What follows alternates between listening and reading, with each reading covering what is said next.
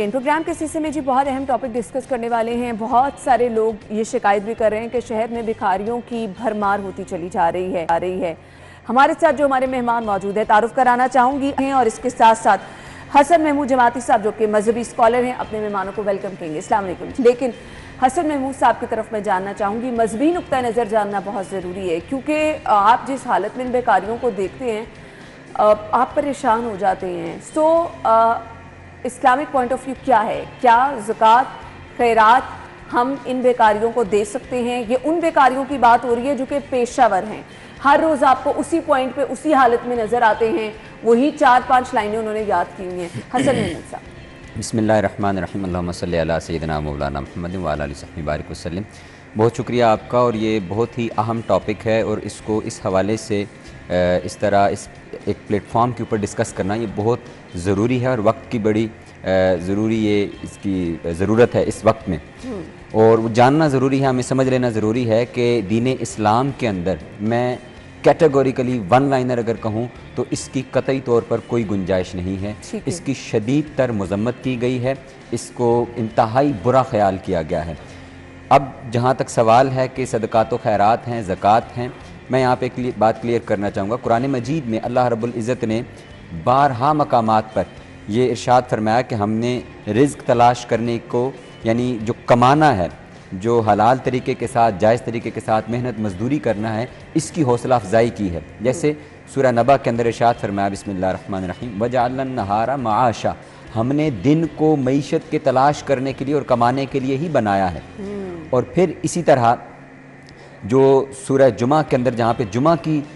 हवाले से अहकामात नाजिल हुए तो वहाँ पर फिर फरमाया कि जब तुम जुमा की नमाज़ पढ़ चुको तो फंतशिरू फिल अर्द, कि ज़मीन के अंदर फिर फैल जाओ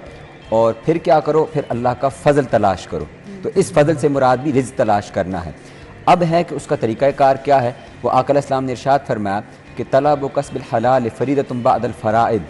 ये वो चीज़ है कि कस्ब हलाल ये हासिल करना ये फ़राइज़ के बाद एक अहम तरीन फ़रीज़ा है, फ़र्ज़ है ये। अब सवाल पैदा होता है कि ये गदागरी, भीख मांगना, इसकी इतनी शदीद मज़म्मत है अहादीस मुबारका के अंदर कि आका अलैहिस्सलाम ने इरशाद फरमाया कि जो भी शख्स वो सवाल करता है तो वो क़यामत के दिन इस हाल में आएगा कि उसके चेहरे के ऊपर वो कोई गोश्त मौजूद नहीं होगा।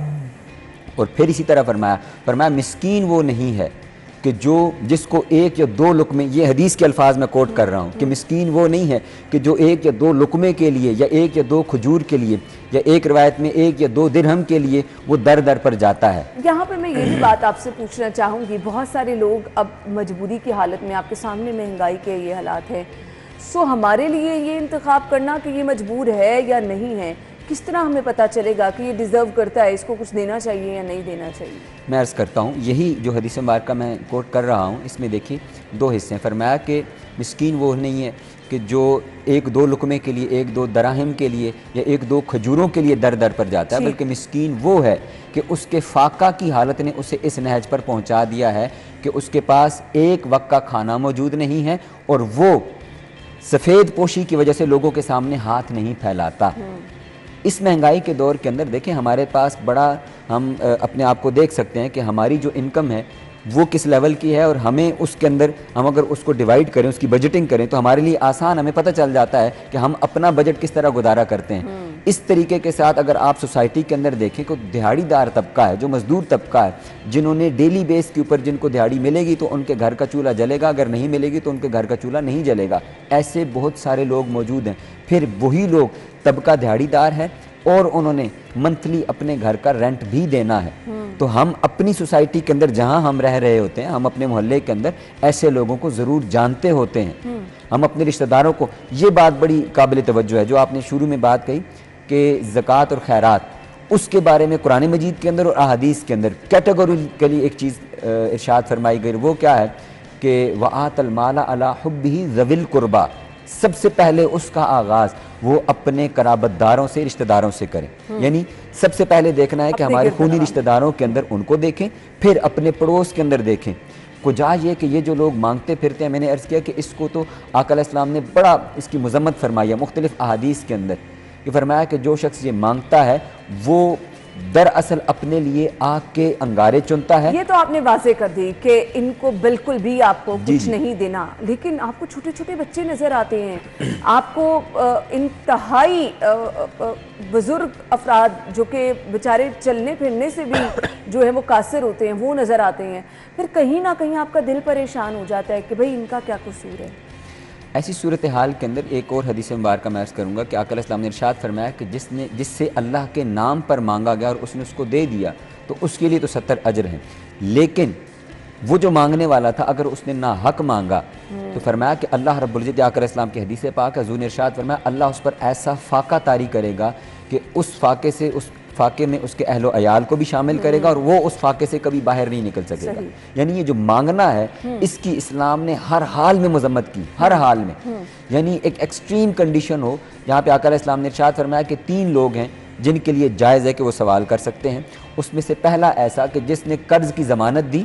यानी उसने कर्ज लिया हुआ था और अब उसके पास ये कंडीशन आ पहुंची कि वो कर्ज वापस करने की कंडीशन में ना रहा, उसके लिए सवाल करना। फिर फरमाया कि दूसरा ऐसा कि कोई कुदरती आफत आ जाती है और उसका सारा माल ज़ाया हो जाता है, कहीं आग लग गई बारिश सैलाब की वजह से, तो वो ऐसा शख्स कर सकता है। और फिर फरमाया कि एक कोई ऐसा शख्स जिस पे ऐसा फाका तारी हो जाए कि उसके इर्द गिर्द के लोग गवाही दे दें कि हाँ ये शख्स इतने दिनों से इसने कमाई नहीं की, ये भूख के अंदर है, तो इसके ऊपर ऐसी सूरत हाल होगी। अदरवाइज़ कैटेगोरिकली मैंने बार बार कहा कि दीन के अंदर इसकी कतई कोई। एक शख्स हुजूर के पास आया, हुजूर ने फरमाया कि तुम वो जो मांग रहा था, तो हुजूर ने उसका प्याला ही लेकर बुलंद किया और मजलिस में कहा कि कौन ये ख़रीदेगा। किसी ने 1 दिरहम उसकी कीमत लगाई, किसी ने 2, जिसने 2 लगाई आका अलैहिस्सलाम ने उसको वो सेल कर दिया और फरमाया इस 2 दिरहम से जाओ और बाज़ार से एक कुल्हाड़ी ख़रीद कर लाओ। और जब वो ख़रीद कर लाया आका अलैहिस्सलाम ने उसमें लकड़ी का दस्ता डाला और फरमाया कि अब जंगल की तरफ जाओ और लकड़ियाँ काट करके लाओ। ये जो आपने कहा कि बुज़ुर्ग होते हैं, बच्चे होते हैं, हमारे इदारे में इसके ऊपर रिसर्च थीसिस किया गया। हम इस नतीजे पर पहुँचे कि ये बेसिकली एक कनेक्टेड नेटवर्क है और ये जो छोटे बच्चे आपको इनकी माओं की गोद के अंदर नज़र आते हैं, दरअसल ये एक और गैंग है जो, ये मैं हैरान कुन बात आपके साथ शेयर कर रहा हूँ, ये रिसर्च थीसिस का पॉइंट है कि ये बच्चे भी एक ऐसे ख़ानदान हैं जो पहले खुद गदागरी करते थे, उन्होंने ज़्यादा बच्चे पैदा करना शुरू किए और वो रेंट पर बच्चे इनको देते हैं, वो डेली रेंट पर बच्चे देते हैं, अपने छोटे मासूम बच्चे। उनके बच्चों के रेंट तय होते हैं कि वो अगर 10 दिन का बच्चा है, 2 माह का बच्चा है, 2 साल का बच्चा है तो उसका रेंट क्या होगा। वो डेली के रेंट इन लोगों से कलेक्ट करते हैं और फिर इसी तरह ये इनको बच्चों को माजूर, कुछ लोगों माजूर नहीं होते, उन्हें बनाया जाता है और कुछ को वो माजूर करते हैं, यानी उन पे जुल्म करते हैं ये। तो बाहर सूरत अगर आप इसकी तहकीकात करेंगे तो ये एक पेशावर लोग मिलेंगे, सफ़ेद पोश आदमी कभी भी। बहुत सारी ऐसी हकीकतें सामने भी आई हैं। Welcome back once again. हम गुफ्तगू का सिलसिला आगे बढ़ाएंगे। हसन महमूद साहब से मुझे जानने के ख्वाजा सरा जो हैं वो भी हमें हर जगह पर, हर चौक चौराहे, हर सिग्नल पर नज़र आते हैं, क्या इन्हें भी हम खैरात नहीं दे सकते हैं? इस हवाले से भी वही असूल यहीं पर भी कारबंद रहेगा कि देखें इस्लाम ने इनको भी एक जो बुनियादी मुआशरे की इकाई है उसके तौर पर ट्रीट किया है। अगर तो ये जो मसारिफ़ ज़कात कुरान ने गिन कर बता दिए हैं वो 8 मसारिफ़ में अगर इनका शुमार होता है तो फिर इनको आप सदक़ात, खैरात और ज़कात दे सकते हैं। अदरवाइज़ इनके लिए भी वही कानून है कि इनको भी अपनी, देखें ये एक हमारे मुआशरे के अंदर बेसिकली 2 चीज़ें हैं, उनको हमें समझने की ज़रूरत है। तालीम की कमी की वजह से लोगों ने इनके साथ इम्तियाज़ी सलूक किया, उसमें हमारी जो बुनियादी तौर पर दीनी तालीमात हैं उनसे दूरी भी एक बहुत बड़ी वजह है। और फिर दूसरा एलिमेंट जो था वो स्टेट की तरफ से है कि स्टेट ने इस हवाले से कानून साजी नहीं की। इनके लिए कोई कदगन नहीं है कि ये मुआशरे के इज़्ज़तदार शहरी की तरह ज़िंदगी बसर करें और अपने कामों को सरअंजाम दें। हम देखते हैं कि पूरी दुनिया के अंदर और तारीख़ इंसानी के अंदर आपको ये वाला माहौल ख्वाजा सराओं का कभी नहीं मिलेगा जो इस वक्त हमारे मुल्क के अंदर है। यानी ये मुआशरे का बुनियादी हिस्सा बनते हैं और अपने काम सरअंजाम देते हैं, वो जॉब करते हैं, काम करते हैं, मुख्तलिफ ओहदों के ऊपर वो काम कर सकते हैं। ये समझने की ज़रूरत है कि जो ख्वाजा सरा है या तो वो नाकिस मर्द होता है या वो नाकिस औरत होती है, यानी वो कोई तीसरी मखलूक नहीं होती। दर हकीकत होता यह है कि या वो मुकम्मल मर्द नहीं होता और या वो मुकम्मल औरत नहीं होती। اب ایسے کے اندر ان کے گھر والوں کی ذمہ داریاں ہیں کہ وہ ان کے ساتھ امتیازی سلوک نہ کریں بلکہ ان کو بحیثیت انسان ہی ٹریٹ کریں، ان کی تعلیم و تربیت کے اوپر توجہ دیں، ان کو معاشرے کا ایک اچھا شہری اور اچھا انسان بنائیں، اور دوسری طرف اسٹیٹ اور قانون ان کو تحفظ فراہم کرے کہ سوسائٹی کے اندر ان کے ساتھ کوئی امتیازی سلوک نہ کر سکے۔ جب وہ سوسائٹی کے اندر کسی امتیازی سلوک کے حقدار نہیں رہیں گے اور وہ معاشرے کے اندر اپنی سروسز دے سکیں گے، اپنی خدمات سر انجام دے سکیں گے، انہیں کہیں پر بھی جاب کے لیے، کام کے لیے، مزدوری کے لیے کسی بھی ڈسکریمنیشن کا سامنا نہیں کرنا پڑے گا، وہ معاشرے کے اندر اپنی سروسز دیں گے اور اس کے عوض سوسائٹی کو بھی اس میں اپنا رول ادا کرنا ہے۔ بالکل ایسے ہی ہے۔ زکوٰۃ، خیرات اور عطیات کے حوالے سے خصوصی طور پر بہترین اس کا طریقہ کیا ہے، وہ اگر آپ ہمارے ناظرین کو بتا دیتے ہیں۔ دیکھیں زکوٰۃ کے حوالے سے تو مصارف 8 گن کر بتا دیے گئے کہ وہ 8 مصارف ہیں، ان کو آپ اپنی سوسائٹی کے اندر دیکھیں اور سب سے پہلے جو اپنے اقربا ہیں، جو اپنے رشتہ دار ہیں، ان پر خرچ کریں، اپنے بہن بھائیوں سے شروع کریں، اس کے بعد اپنی سوسائٹی، پڑوسیوں کو دیکھیں، ان کو دیکھیں، اور پھر جہاں پر آپ کے صدقات اور خیرات ہیں وہ ضرورت مند اور حاجت مند لوگوں کو دیں اور دیکھیں۔ آپ کو سوسائٹی میں ایسے ہمیں بہت سے لوگ نظر، میں نے پہلے بھی کہا کہ ہمیں مل جاتے ہیں، مثلا اگر میں اپنے محلے کی بات کروں تو وہاں پر ہمیں ایک خاتون نظر آتی ہیں روزانہ کی بنیاد پر، انہوں نے ایک چھوٹا سا اپنا کچن لگایا، وہ محنت کر رہی ہیں، مزدوری کر رہی ہیں، کام کر رہی ہیں،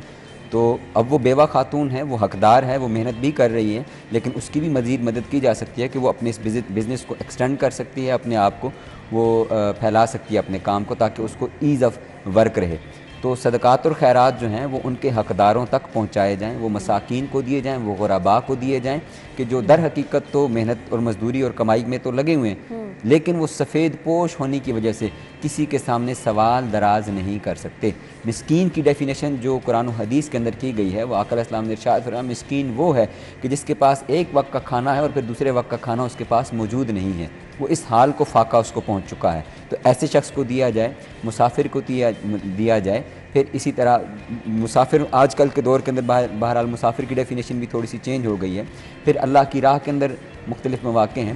بیوائیں ہیں، غرباء ہیں، مساکین ہیں، تو یہ کیٹیگوریکلی چیزیں قرآن و حدیث کے اندر بیان کر دی گئی ہیں کہ ان لوگوں کو آپ اپنے صدقات اور خیرات دیں، کہ جس کی وجہ سے وہ ان کو آسانی رہے اپنی، اور وہ ریہیبلیٹیٹ ہوں، وہ کوئی بزنس سٹارٹ کریں۔ ہمارے ہاں ایک چیز یہ ذہن میں رکھیں، زکوٰۃ دی جاتی ہے تو وہ چنکس کے اندر تقسیم کر دی جاتی ہے، یعنی وہ 10 لوگوں میں 10,000 روپے تقسیم کر دیا جاتا ہے، بجائے اس کے کہ آپ کسی ایک فرد کو وہ 10,000 روپے دیں، ایک فیملی کو دیں، تاکہ وہ اپلفٹ ہو سکیں، وہ اس سے کوئی بزنس سٹارٹ کر سکیں، کوئی کام کر سکیں اور وہ اپنے پیروں پر کھڑے ہو سکیں۔ اس سوچ کو ہمیں اپنانے کی ضرورت ہے کہ ہم اس سوچ کے ساتھ زکوٰۃ دیں کہ دوبارہ یہ لوگ زکوٰۃ لینے والے نہ ہوں، اگلے سال جب آئے زکوٰۃ کا وقت تو یہ لوگ زکوٰۃ لینے والوں میں شامل نہ ہوں، کوئی اور ہم اپنی سوسائٹی کے اندر دیکھیں اور ان لوگوں کو پہچانیں اور ان تک۔ بہت اچھی چیز آپ نے مینشن کی۔